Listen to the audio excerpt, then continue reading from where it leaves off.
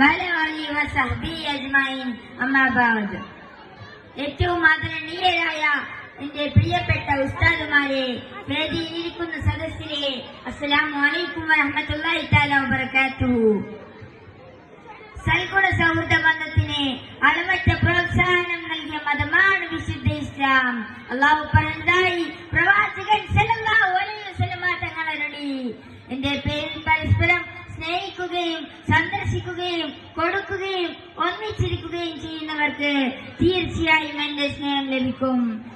ഏതൊരു പദ്ധതിയുടെയും ജയപരാജയങ്ങൾ നിർണയിക്കുന്നതിന് ആളുകൾക്ക് നല്ല പങ്കുണ്ട്. ഇസ്ലാമിന്റെ കാര്യവും വ്യത്യസ്തമല്ല. സ്വന്തം ജീവിതത്തിൽ അത് പകർത്തുകയും മറ്റുള്ളവരുടെ ജീവിതത്തിൽ അത് പകർന്നു കൊടുക്കുകയും ചെയ്യുന്ന ആളുകളുടെ സാന്നിധ്യമാണ് ഇസ്ലാമിന് ഉണർവ് നൽകുന്നത്. അതിന് വേണ്ട ചില ഗുണങ്ങളാണ് ഉപരിസൂചിത ഹദീസുകളിൽ എണ്ണി പറയുന്നത്.